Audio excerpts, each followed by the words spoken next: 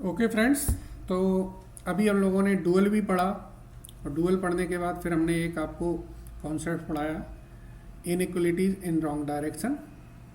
अब एक कॉन्सेप्ट और है, वो कॉन्सेप्ट है कि जब हमको एक मिनिमम रिक्वायरमेंट बोल दी जाती है कि इतनी मिनिमम रिक्वायरमेंट आपको करनी ही करनी है। चलिए मैं एक प्रॉब्लम बताता हूँ आपको। P13 हमारी बुक में एक प्रॉब्लम दी हुई है, स्टडी मटेरियल में है ये प्रॉब्लम 13, ठीक है ना। चलिए ये प्रॉब्लम है, जरा देखें। P13, for a company engaged in the manufacture of 3 product X, Y and Z, the available data are given in tables 1, 2, 3। ये देखिए यहाँ पर लिख दिया है ना मिनिमम सेल रिक्वायरमेंट, कि इतनी तो मिनिमम सेल करनी करनी है। तो जब ऐसा कोई कॉन्सेप्ट आ जाता है कि मिनिमम एक इतना करना ही करना है, तब हमको कैसे सॉल्व करना है इन प्रॉब्लम्स को वो बताएंगे। ऐसी ही एक प्रॉब्लम आपकी है P9। ये देखिए यहाँ पर लिखा है, a manufacture of 3 product tries to follow a policy to producing those which contribute most to the fix cost.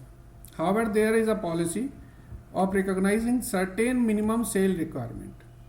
लिखा है एक्स वाई जेड की यहाँ पर 20, 30 और 60 है, ऐसे ही वहाँ पर है। तो हम P13 और P9 में से एक प्रॉब्लम करेंगे, बाकी दूसरी प्रॉब्लम आप उसको खुद करेंगे, मैं आपको सॉल्यूशन दे देंगे। चलिए, तो अब इसको पहले तो हमें इसमें फॉर्मुलेशन करना है, इसको फॉर्मुलेशन करने के बाद फिर इसकी हम सॉल्यूशन करेंगे, ठीक है। P13 करने जा रहे हैं हम लोग। आप अपनी बुक को साइड में खोल लीजिए। चलिए,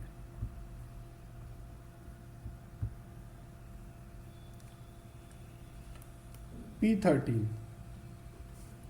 ये है जब आपको मिनिमम सेल रिक्वायरमेंट या मिनिमम क्वांटिटी आपको दे दी जाए, तो ऐसी प्रॉब्लम को हम लोग कैसे सॉल्व करेंगे, ठीक है।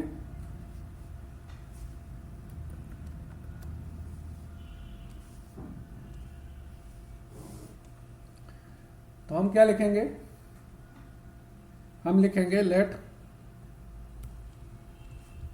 X, Y, Z be the number of unit produced of product X, Y and Z, ठीक है ना। स्मॉल एक्स वाई जेड ले लिया मैंने। तो अब मुझे क्या है बनानी है, ऑब्जेक्टिव फंक्शन क्या है, objective function maximise z is equal to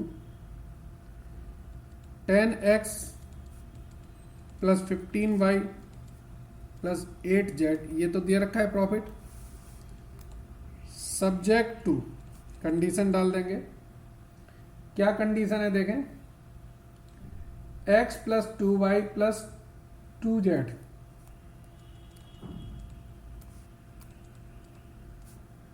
ये जो है वो 200 से ज़्यादा नहीं है घंटे इसमें मेरे पास ऑपरेशन 1 में। दूसरा क्या है, 2x plus Y plus Z, ये मेरे पास 220 से ज़्यादा नहीं है। तीसरा है 3x plus Y plus 2z, ये मेरे पास 180 से ज़्यादा नहीं है। चौथी कंडीशन है x should be greater than 10, y should be greater than 20 and z should be greater than 30। फिर इसके साथ इन्होंने लिखा where x y z is greater than 0, ठीक है ना। ये प्रॉब्लम हमने बना ली, फॉर्मुलेशन हो गया।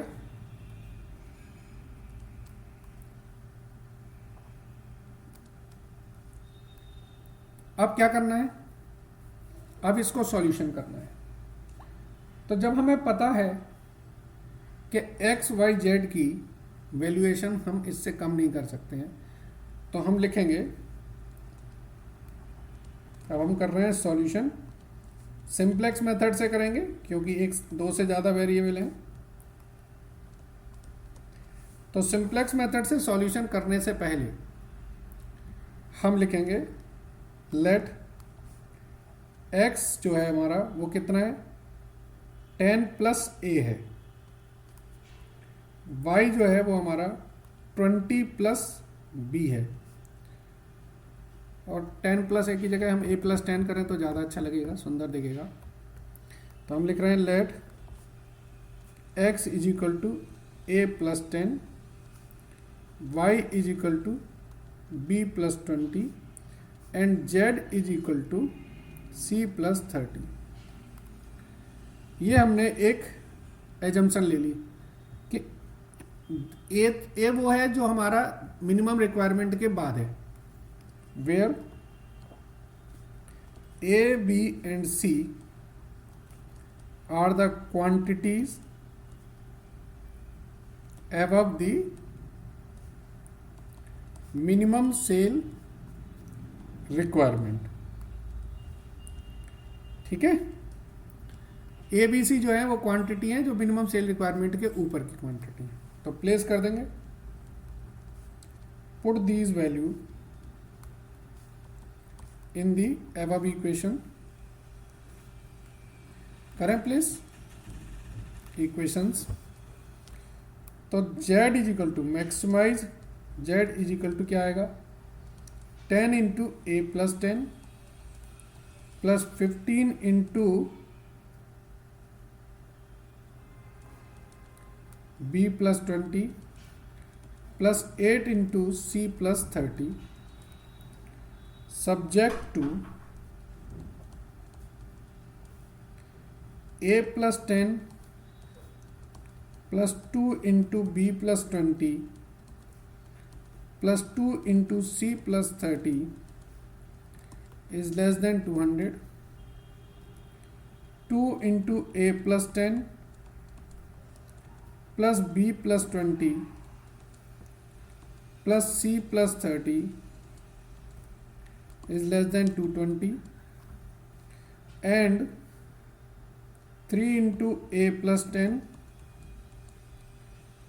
plus b plus 20 plus 2 into c plus 30 is less than 180, where a b and c is greater than 0। ठीक है ना, x y z की जगह हमने a प्लस 10 b प्लस 20 और c प्लस 30 डाल दिया। इसको और सॉल्व करेंगे। So z is equal to 10a plus 15b plus 8c, और इन तीनों का टोटल आएगा देखो 10 इंटू 10 100, 15 इंटू 20 300 तो 400, और 8 इंटू 30 240, तो ये 640 आ जाएगा। सब्जेक्ट टू ये आ जाएगा a plus 2b plus 2c, ये 10 होगा, ये 20 22 जा 40 तो 50 हो जाएगा, और 32 जा 60 तो 110 हो जाएगा। तो 110 इस तरफ जब हम ले जाएंगे तो ये 90 बचेगा। 2a plus b plus c, अब देखिए ये 2 इंटू 10 20 20 40 40 और 30 70, तो इस तरफ जाएगा तो ये बचेगा 150, और 3a plus b plus 2c is less than 3 into 10 30 30 और 20 50 50 और 60 110, तो ये 70, where a b and c is greater than 0।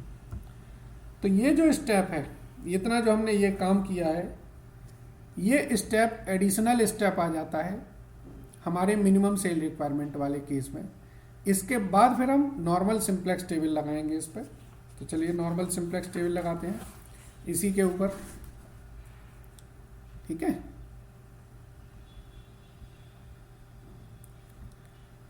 Normal simplex table लगाएंगे।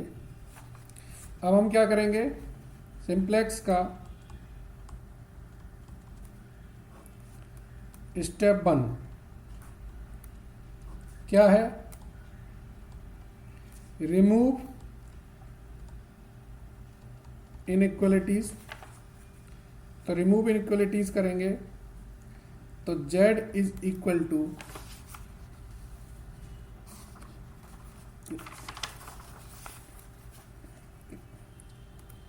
Ten a plus 15b plus 8c plus 640 subject to a plus 2b plus 2c plus S1 is equal to 90।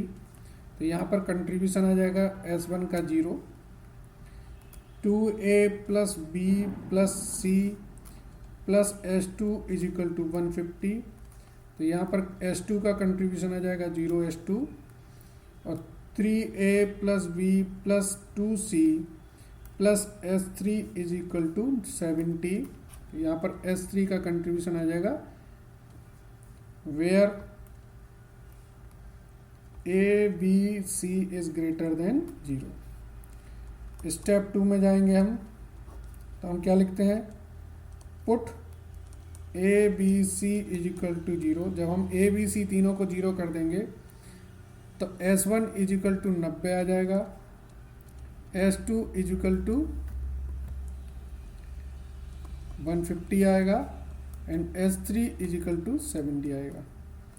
फिर step 3 में हम क्या करते हैं, prepare simplex table 1।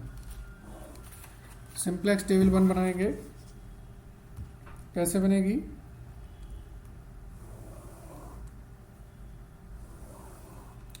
मैंने बताया था सिंप्लेक्स टेबल में 3 पार्ट में हम लोग टेबल को बांट देते हैं, ठीक है ना। इस पार्ट में हम लोग लिखते हैं कंट्रीब्यूशन। तो यहाँ पर आ जाएंगे S1 S2 S3, इनकी जो क्वांटिटी है वो कितनी है, 90 150 70। यहाँ पर आएगा आपका A B C S1 S2 S3। यहाँ पर आता है C J, इसको बोलते हैं हम लोग बेसिक वेरिएबल। तो अभी इन तीनों का कंट्रीब्यूशन है 0, और जो वैल्यूज़ हैं वो कितनी है लिखें, 1 2 2। पहले में S1 है तो बाकी दोनों 0 रहेंगे, 2 1 1। दूसरे में S2 है तो बाकी 0 रहेंगे, ठीक है ना। इसके बाद हमने बताया था ZJ निकालते हैं। तो ZJ कैसे निकालेंगे, इनको सबसे मल्टीप्लाई करेंगे तो ये 0 आएगा, इनको मल्टीप्लाई करेंगे तो ये भी 0 आएगा। ZJ सभी का 0 आएगा। इनका कंट्रीब्यूशन लिख लें ज़रा, ये 10 15 8 640 सॉरी 640 नहीं 0 0 0 0। तो CJ माइनस ZJ करेंगे,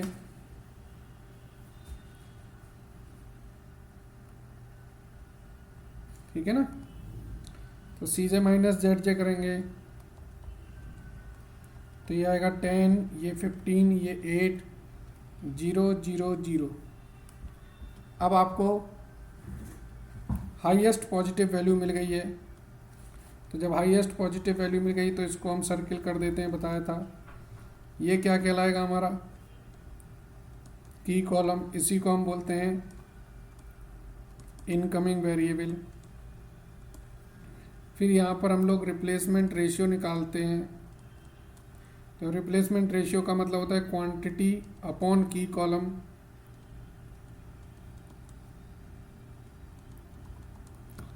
ये 45 है, इसमें से जो लीस्ट होगी इसको हम लोग सर्किल कर देंगे।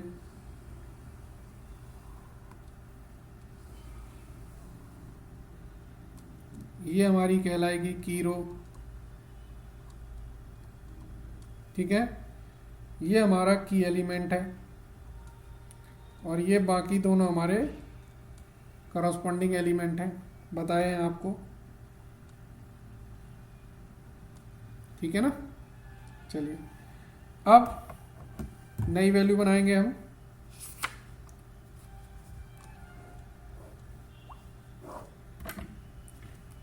अब हम सिंप्लेक्स टेबल 2 बनाएंगे।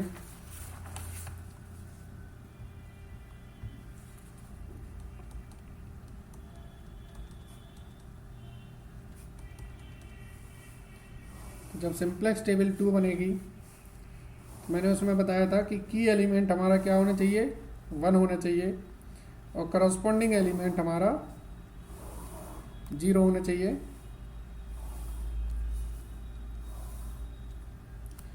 ए बी सी S1 S2 S3,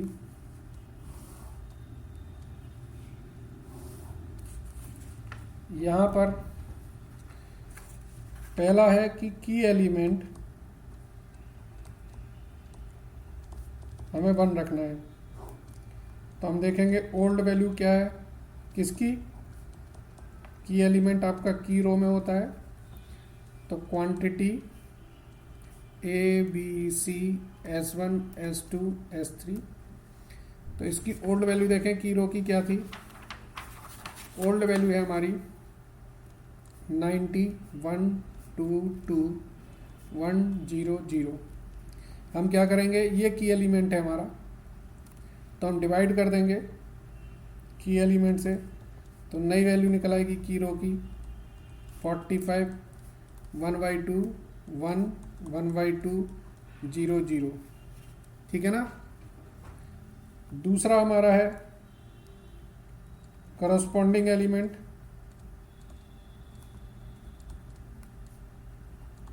वो क्या होना चाहिए, 0 होना चाहिए।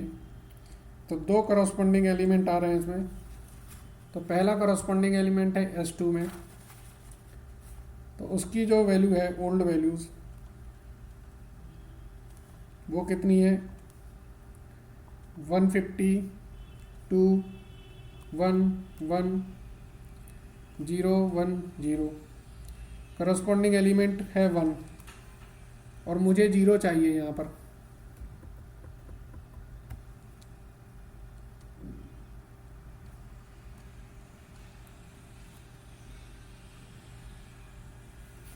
चलिए 1 मिनट।